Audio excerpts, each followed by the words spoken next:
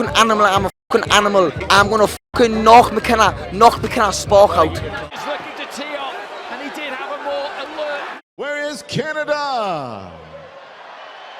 Will that be part of his plan? And down goes Sullivan. Harry Hall. It's Williams.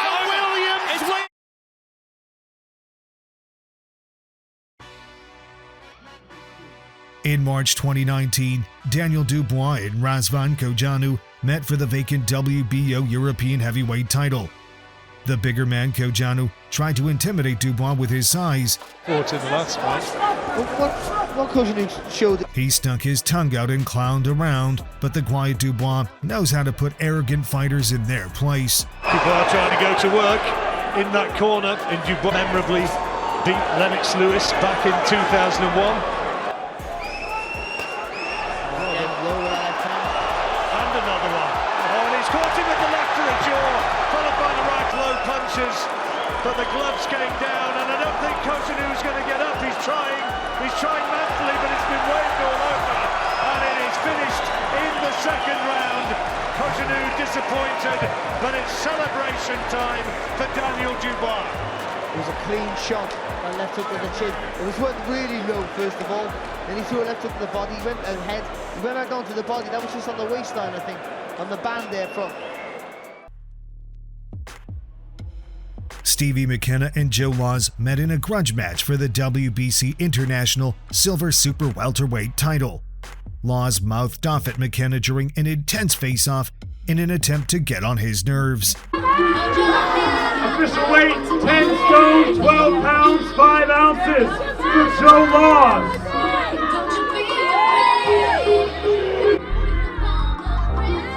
I'm ready to shock the world. I'm going to shock the world, and he trusts us now. I'm going to shock the world. I don't take fights to get beat. I don't take fights to go. I'm going to run into them. He hasn't fought anyone who hits him back. So let's go. Got in their chest, you like to do all, make them feel uncomfortable in there. Is that sort of the game plan going in here? And I'm not going to fucking change. I'm a fucking bomber. I'm going to put a shit on this cunt. Oh, what a my hand, son. Go on. The best way to fight fire is with fire. I'm ready and pumped, man. I'm ready to go now, Andy, now. If he starts with his cheek there, I'll fucking slap him. What?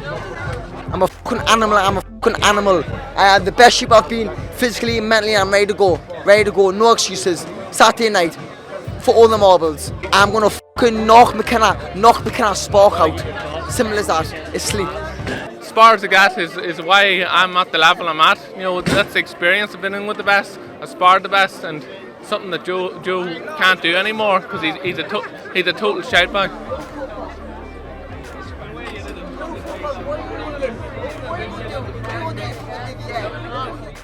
Remember, obey my commands at all time. Defend yourselves at all time. Touch gloves. Touch them now. So here we go, this schedule for 10 or fewer in the super welterweight division. Jalolov in the black comes flying across the ring of McKenna.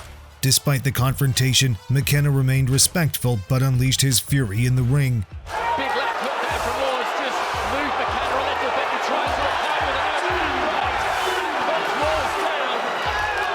McKenna floored Laws in the opening round and dominated him throughout the round. Laws comes running across the ring, throwing bombs. I think he's possibly punched himself out here. But at the end of the round, he took a left hook. The two of them up. Big uppercut shots! Down goes McKenna. He walks straight onto that one. What a shot from the Bedwell bomber! And he needed that. It came from strength in those punches. Left to the body there from McKenna. Laws swings, looks for the uppercut, doesn't quite land it. 3 minutes of absolute, utter mayhem. Fascinating to see if McKenna has managed to recover, because as we say in the second round, the intense confrontation continued. Stay hit, it can be very hard to shake it off.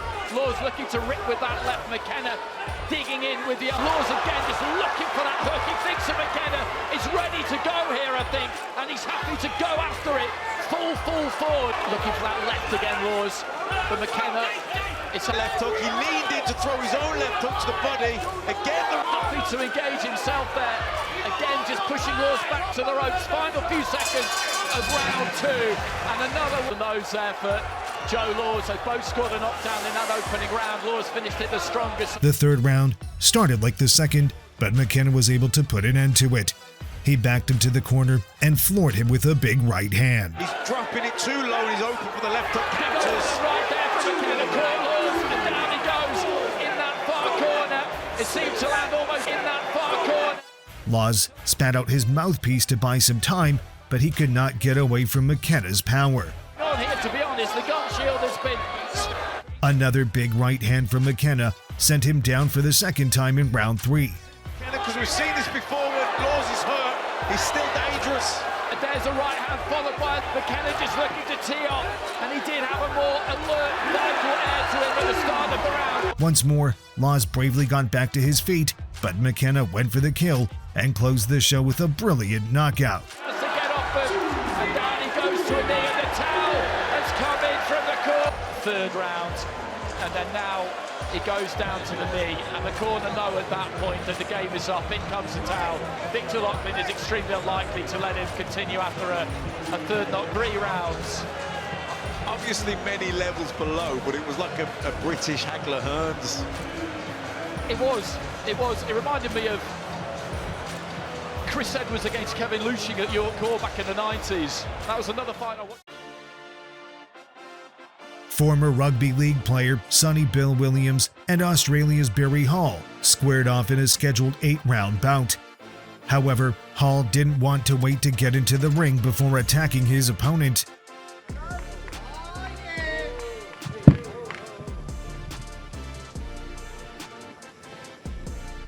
Okay, gentlemen, touch them up, let's go to work. Good luck to both. Division 8 3-minute rounds, Barry Hall. But when it was time to fight, Hall had nothing to offer as he was floored barely a minute into the fight. Hall fighter. Sonny Bill probably more the boxer. Hall has been hit and Hall is down again. Wow, Sonny Bill is putting on a performance here. Although Hall somehow managed to get up, he could not withstand the pressure from Williams as he was sent to the canvas for the second time. Williams win! Sonny Bill, he's the king! Wow! Round 1 and we're going home! Unbelievable, Barry! That was incredible by Sonny Bill Williams. He just smoked him. Wow! Amazing! Wow, that was incredible, Barry. Sonny Bill Williams. In November 2024, Indonesian boxers Peris Pandez and Yunis Sasmita met in a scheduled 4-round welterweight bout. A cocky Sasmita tried to intimidate his opponent before the bout, but Pandez remained unfazed. Yunis and Paris Pandez for the co-main event of Beyond Combat Volume 2.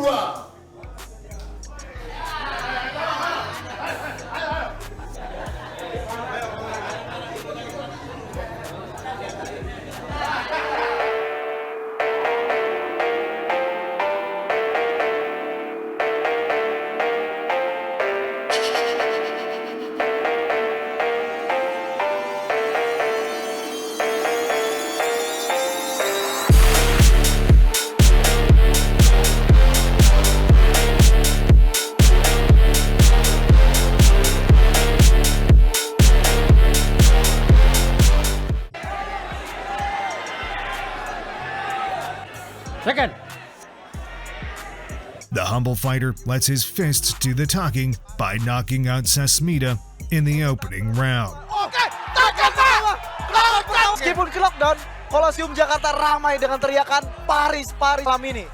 Yunis harus double cover yang sangat terat. Terkena lagi. Jab Yunis tertidur. 1,3 juta melihat. Bung Mike, ini adalah pertandingan pro. Wasit Paris, Yunis harus ke sudut netral dulu. Wasit dan pertandingan dilanjutkan. Paris Pandez versus Yunis sampai ronde 1 udah luar biasa. Tumbang sekali lagi. Pandez. Ketik 1 kalau kalian terus mendukung Peris dan ketik 2 untuk mendukung Yunis. TKO. Yunis Wamair jatuh 3 kali di 1 ronde. Tidak disangka-sangka, tidak sampai 2 menit pertandingan dinyatakan. In November 2014, Irishman Gary O'Sullivan and Anthony Fitzgerald met to settle their rivalry in the ring. Both men have engaged in an intense war of words over the years, but Fitzgerald took it a step further by shoving O'Sullivan during the press conference.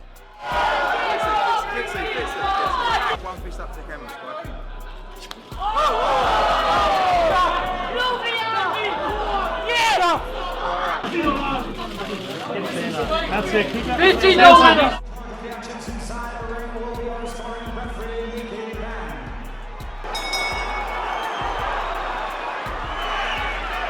O'Sullivan took the center of the ring from the opening bell and began landing accurate punches on Fitzgerald. The scheduled 10-round bout ended abruptly in the opening round as O'Sullivan knocked out Fitzgerald to put an end to the rivalry. That extra weight, and it's counted there. Right hand flattened Fitzgerald, who's going to struggle to beat this count. He's all over the place. He's absolutely gone. And O'Sullivan is celebrating a first-round stoppage. His body language just suggested that he had nothing at all to worry about. In a battle of undefeated prospects, Joe Pigford and Aaron Morgan squared off in a scheduled 8-round bout. Both men got into a heated confrontation before the fight, which ended with Morgan making an offensive hand gesture.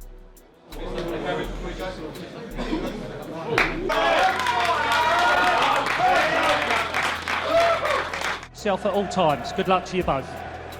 Big punching fighter. Aaron Morgan, more of a boxer, and he reckons that he's going to be able to outskill Pigford. However, when the two finally met in the ring, Morgan could not execute his plan as he was thoroughly beaten by Pigford and stopped in round 5.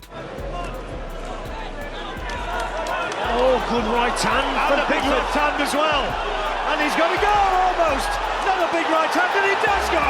The power of Joe Pigford, the fighting desire, and Morgan's not going to get up.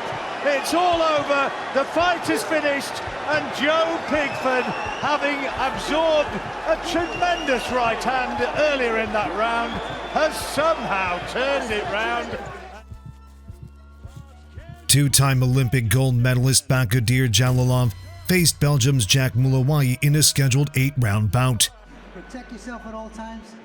Touch him up, good luck. Ko'rib turganingizdek, nokautni kutishmoqda va o'sha nokautlar seriyasini davom etishini kutishmoqda. Mullaw took some of Jalolov's best shots, but shrugged them off as if they were nothing while calling for more punches. Yaxshi, mana. Ya'ni endi buni davom ettirish kerak. Chap qo'lda bitta crossdan. Yaxshi.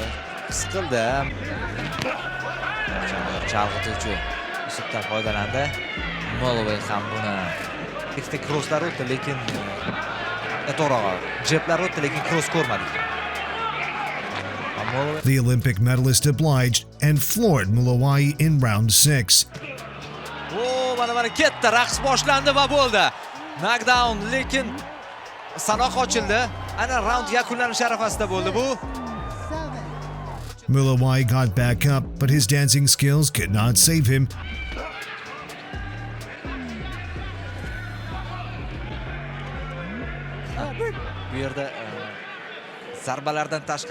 As Jalolov ended the show in the 8th and final round.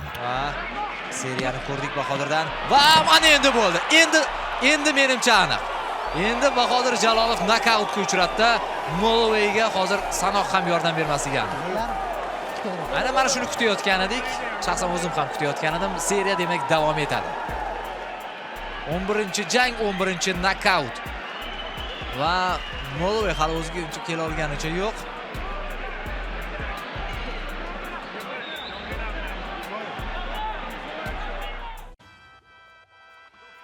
In October 2009, former undisputed middleweight champion Germaine faced undefeated Arthur Abraham as part of the Super 6 World Boxing Classic tournament. Taylor could have saved some energy before the fight started, but he decided the best thing to do was to dance. The line where the low blows are legal. Good luck, check the gloves, and go to your corners. Taylor does. Here we go. Lupe Garcia brings them together.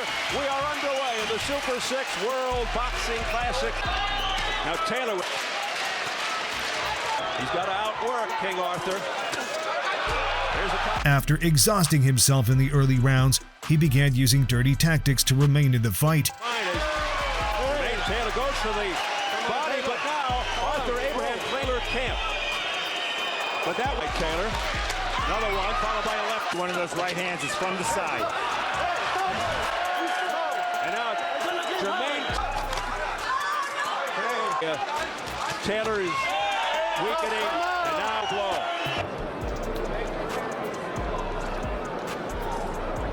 Abraham patient, waiting for his moment. Got it. The signs that Taylor might drop his glove. Oh, what a right hand from Taylor. A right hand by Abraham, and Taylor's in trouble. Although Abraham was leading on points in the final round, he didn't let the fight go to the scorecards as he decided to teach Taylor a lesson.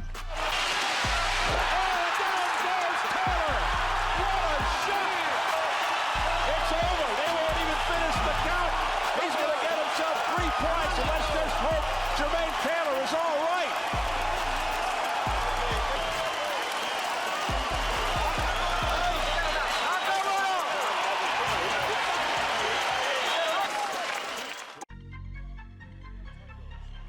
In November 2014, Ukrainian legend Vladimir Klitschko made the 17th defense of his heavyweight championship against Bulgarian challenger Kubrat Pulev. The unbeaten challenger tried to get under the skin of Klitschko with his antics before the fight, to no avail. Protect yourselves at all times. Let's go. So Klitschko has fight, worrying that the baby might be born before the fight takes place. Apparently that isn't the case so far. She's still on course for a couple weeks from now, and now Vladimir's in there against Kubrat Pulev. Necessarily a restrictive activist referee, nor is he a let him go and let him fight kind of a guy. He's somewhere in the middle. Once the fight started, Pulev came out aggressively but was dropped by a big left hand from Klitschko barely a minute into the fight. Weathered the kind of eaves, obviously, early in this fight. That's what he has to do. And a left hook lands for Klitschko, and down goes Pulev. 1 minute and 11 seconds into the fight. And that's why Pulev, however, rose to his feet on unsteady legs and taunted the Ukrainian champion. And now Pulev mugging with Klitschko as if to say... Klitschko made him pay for this action by dropping him for the second time. Klitschko left hooks, and now there are 2 knockdowns. That's why he waits on his back foot. Hard right hand by Vladimir. Yeah, you're in line for that right hand where he has an arm free and he feels he's out of danger to land something, anything to disrupt continuation of the first. Pulev survived the early knockdowns using dirty tactics, but his action backfired immediately as Klitschko caught him once again in round 3 to score the 3rd knockdown. Guys boxing, and one guy able to land that kind of shot. A left hook and a push, and Pulev is down for the 3rd time. And that left hook is proving unstuck. Keeps insisting, I'm not hurt. Klitschko's knocking him down more or less at will. Yeah, and like in the... Klitschko ended the show in the 5th round, dropping Pulev for the 4th time to retain his title. That punch. Yes, Pulev. Down goes Pulev on another left hook. And that may be the one from which he does not get up. And there's the left hook. And you see the look on Pulev's face as he goes down. Into the count at about 6 or 7, he made a peremptory effort to rise, and it was no go.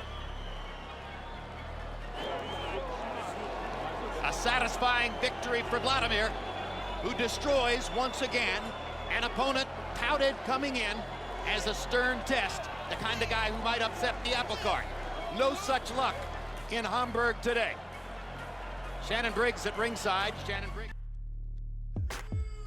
In September 2018, former IBF middleweight champion David Lemieux took on Irish Gary O'Sullivan.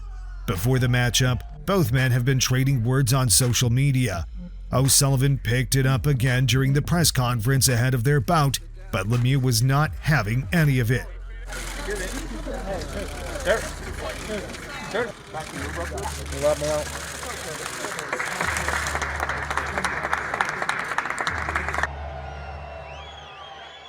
Where is Canada?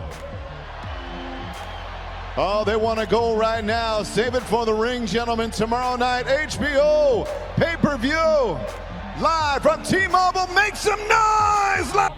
I could smell the fear, and I could feel his heart beating. He was anxious, and he's shitting himself right now.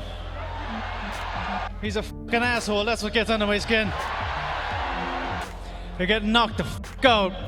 Obey my commands at all times. God bless you both. Touch up. Gary, he said, don't ever call me that. It's Spike. And Doug, you got to...